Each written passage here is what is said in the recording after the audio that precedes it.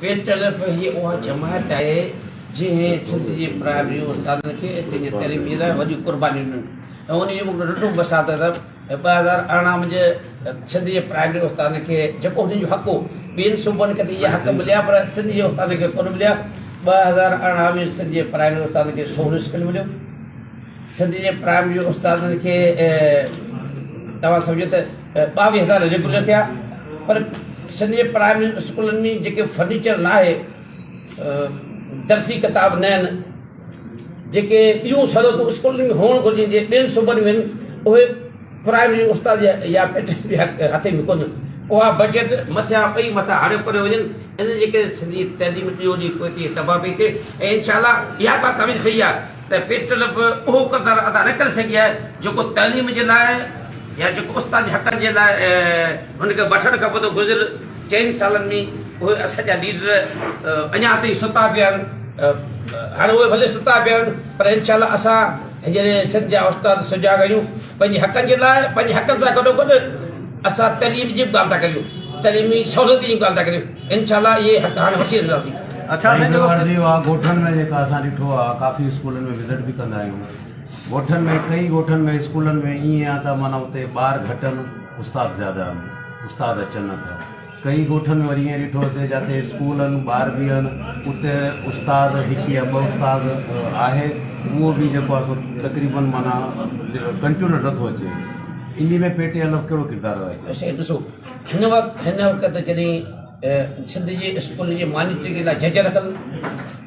ऐं मॉनिटर रखियल आहिनि माना ऐं सॼे सेटेलाइट ते उस्ताद जी जांच बि थिए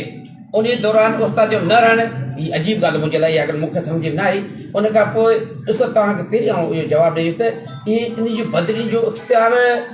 सेक्रेटरी वटि आहे हाणे उहो न टीओ वटि आहे न डीओ वटि आहे न डायरेक्टर वटि आहे जेकॾहिं इहो बदिली जो इख़्तियार पेटलफ खे ॾियो ऐं इहो वाइदो थो कराए इहे सभु मसइला असां हल कराईंदासीं अच्छा क्लार्क जेके नए स्किल में भर्ती थो थिए 17 ग्रेड में प्रमोशन वठी थो वञे प्राइमरी उस्ताद 14 स्किल में 16 ताईं अची वेंदो करे उन लाइ छा चवंदो सही तव्हांजी ॻाल्हि सही आहे त हिकु नाइब कासद क्लार्क त छठो पर हिकु नाइब कासद पहिरीं ग्रेड में भर्ती थो कयो उन प्रमोशन जे 17 थो वञे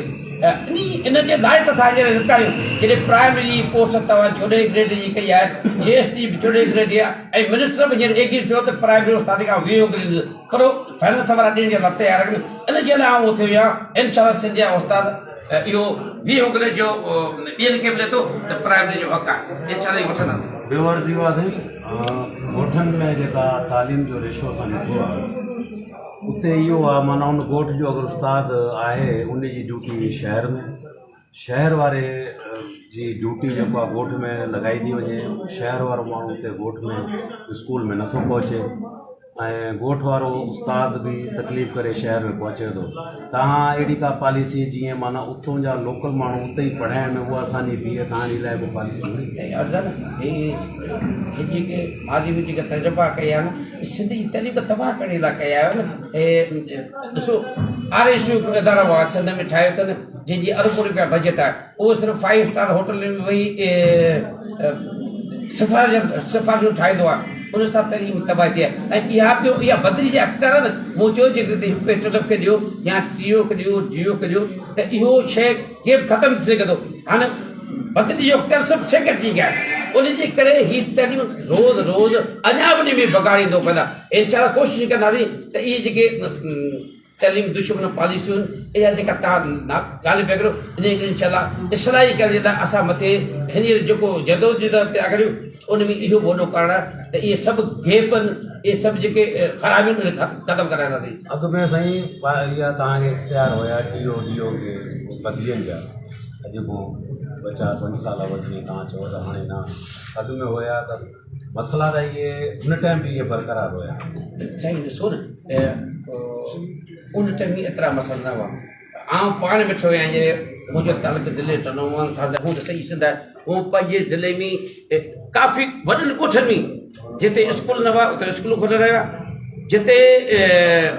ॿारनि जो उस्ताद ज़रूरत हुई उते उस्ताद रहिया कॾहिं बि इहा ॻाल्हि इहा ग़लति आहे छो त अॻे उस्ताद बि घटि हुआ हींअर उस्ताद बि जाम आहिनि उनजे बावजूदि इहे ख़राबियूं पैदा कयूं न थियणु खपनि चालीहनि वारी पॉलिसी ते तव्हां छा चवंदो त 30 ॿारनि ते हुजे फीस? साईं ॾिसो 40 ॿार तव्हां पाण सम्झो 40 ॿार सभु सब्जेक्ट हिकु उस्तादु नथो पढ़ाए सघे, इहे मूंखे ख़बर न आहे त हिनखे केरु थो अहिड़ियूं सलाहूं ॾिए। पहिरीं हे भई मिसाल था ॾियनि त जेके सुधरियल मुल्क आहिनि उन में 40 ॿार आहिनि बाबा, उते जेके सहूलियतूं स्कूलनि में आहिनि, जेके मराहतूं स्कूलनि में, उते त प्रोजेक्ट ते पढ़ायो वेंदो आहे। तव्हां उन सां भेटियो था जिते सॼे स्कूलनि में का शइ कान्हे, ब्लैक बोर्ड न आहे, वण हेठि उस्तादु पढ़ाए पियो, उन सां त इहा ज़्यादती आहे। इहा पॉलिसी तलीम जी दुश्मन आहे, तलीम दुश्मन आहे, सिंध दुश्मन आहे, इनखे पॉलिसीअ खे चेंज करणो पवंदो। महिरबानी। हा साफ़ इहो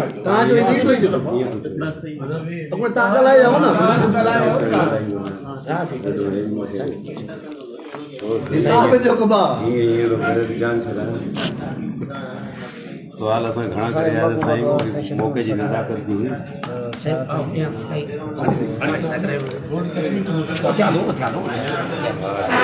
पानी जाओ भाई खुले सर हा बस वञो था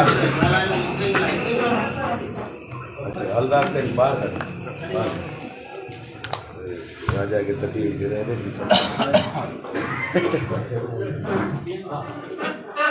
जेतिरनि जो साफ़ इहा हा साईं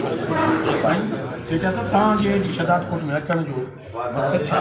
सही असांजो शहादत कोट में मुंहिंजो अचण जो मक़सदु इहो आहे त सिंध जी जेकी उस्ताद आहिनि उन जा मसइला, असांजो वॾो वॾो मसइलो आहे गुज़िरियल 4 सालनि खां सॼे प्राइमरी उस्ताद जो मसइलो आहे सर्विस रिस्ट्रिक्शन, इनिशियल अपॉइंटमेंट, जबरी बदिलियूं स्टे पॉलिसी में, ऐं असांजे जेको हींअर पेंशन आहे चवंदा IMF जो शर्त आहे त इन जो कटणो, इनखे इन जे मसइलनि जे लाइ सॼी सिंध अंदरि 10 फरवरी 2025 ते कराची में सभु सिंध जे प्राइमरी उस्ताद जे हक़ जे लाइ असां धरणे जो ऐलान कयो आहे। पूरी सिंध मां घुमी फिरी अॼु सिंध जे पोछेड़े वारे ज़िले कबर शहादत कोट में इन जे करे हाज़िर थी वञा त हीउ ज़िलो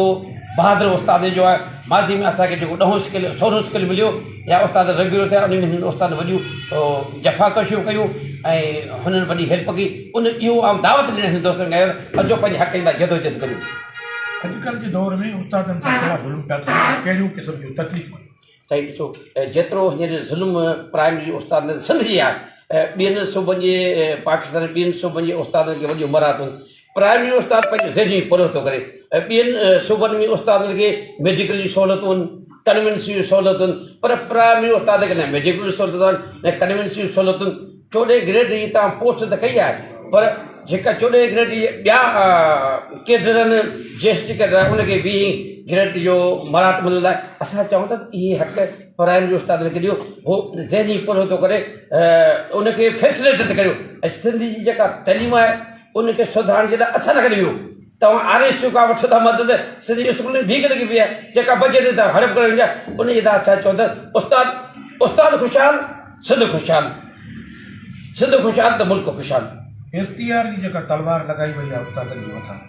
हिन जो मक़सदु छा आहे, छो लॻे वई आहे? STR माना इहो हिकिड़ो ATM कार्ड ठाहे छॾियो आहे जियोज़ जे लाइ। जियोज़ जे सिफ़ारिशुनि ते उस्तादनि खे सेक्रेटरी बदिली थो करे, ऐं उन में हुनखे ख़बर ई कान्हे जे स्कूल मां तव्हां बदिली था करे वरी उन स्कूल में था रखो। उस्तादनि खे हीअ तइलीम तबाह करण जे लाइ हीअ नवां तजुर्बा कनि, उन जे लाइ हीअ STR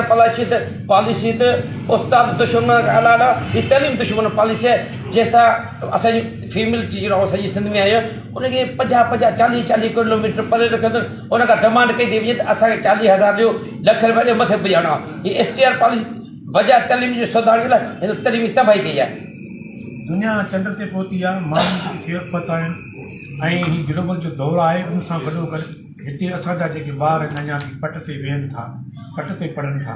हितां जो फर्नीचर, हिन जो सामान उस्तादनि खे जेके मुयसरु शयूं हूंदियूं आहिनि, कुर्सी टेबल बि मुयसरु न आहे। उन जे हवाले सां फर्नीचर काॾे पियो वञे, उन में कहिड़े क़िस्म जी करप्शन पई थिए।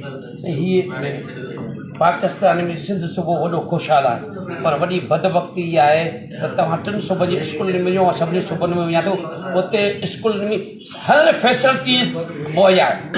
प्राइमरी स्कूलनि में ख़ासि करे त पंजाब असांजी घर वारो सूबो आहे उते MP जी रेस लॻल आहे वधि खां वधि सहूलियतूं स्कूलनि में ॾींदा आहिनि पर वाहिद असांजो सिंध सूबो आहे जिते स्कूल जी वॾी वॾी बजट तॾहिं खाती आहे जेका करप्शन जे होड़े चढ़ी थी वञे डायरेक्ट फंड जो पैसा खाई था वञनि जेके ठेकेदारनि जॾहिं बिल्डिंग ठाहींदा न माना बिल्डिंग खे दुनियादर स्कूल जी बिल्डिंग खे माना इबादत गाह तौरु सम्झी वेंदो आहे पर सिंध अंदरि वाहिद वर्ष वारा आहिनि जेके बिल्डिंग ते 60 मूंखे हिकिड़े ठेकेदार जी असांखां 60-70% उहो